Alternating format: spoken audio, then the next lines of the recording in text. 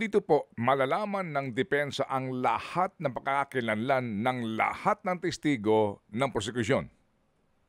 As a general rule, ganun po yung yung obligasyon ng prosecution, no?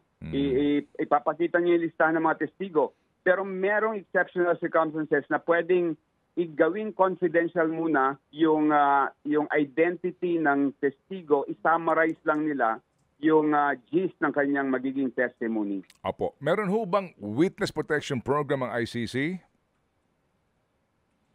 Meron po sa pagkakaalam ko, and in fact, nasa public domain na rin ito na may mga testigo nang nandun, no? Nandun na rin sa kanila, no? Yung mga crucial witnesses, nandun na rin sa kanila. Lumalabas, diba sa naman natin, sa media na natin na si Las Cañas, si Matobato, ay nasa ibang bansa na. Opo. Attorney, dito po sa atin, meron pong sinasabi, di ba, na mga state witness, no?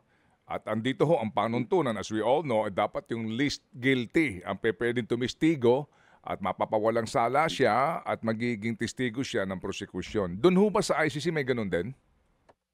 Meron din, no? Meron din binibigay ng immunity, no? Okay. Immunity from prosecution. Opo. Okay, opo. So dito ho ba, theoretically po, pwedeng maging testigo ang, sabihin na po natin, no? Si Senator Bato, si General Albayalde, pabor sa prosekusyon o sino man pong mga pulis na sinasabi daw pong talagang sangkot dito po sa EJ case na ito at yung pong sinasabing reward system na pinaiiral during that time, tumistigo po laban sa depensa para lang hindi na siya masabit sa kaso?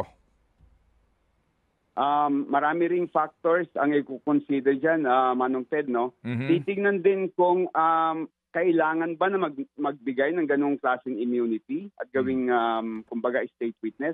Kasi kung meron namang ebidensya na hindi na kailangan yung testimony ng mga, halimbawa ni Senator Bato, hindi naman nila papayagan na makakawala siya at magiging testigo na lang, no? So, nandun yung factor na yon. Depende kung talagang indispensable yung magiging testimony at hindi makakonvict kung hindi magte-testify yung isang katulad ni Senator Bato de la Rosa.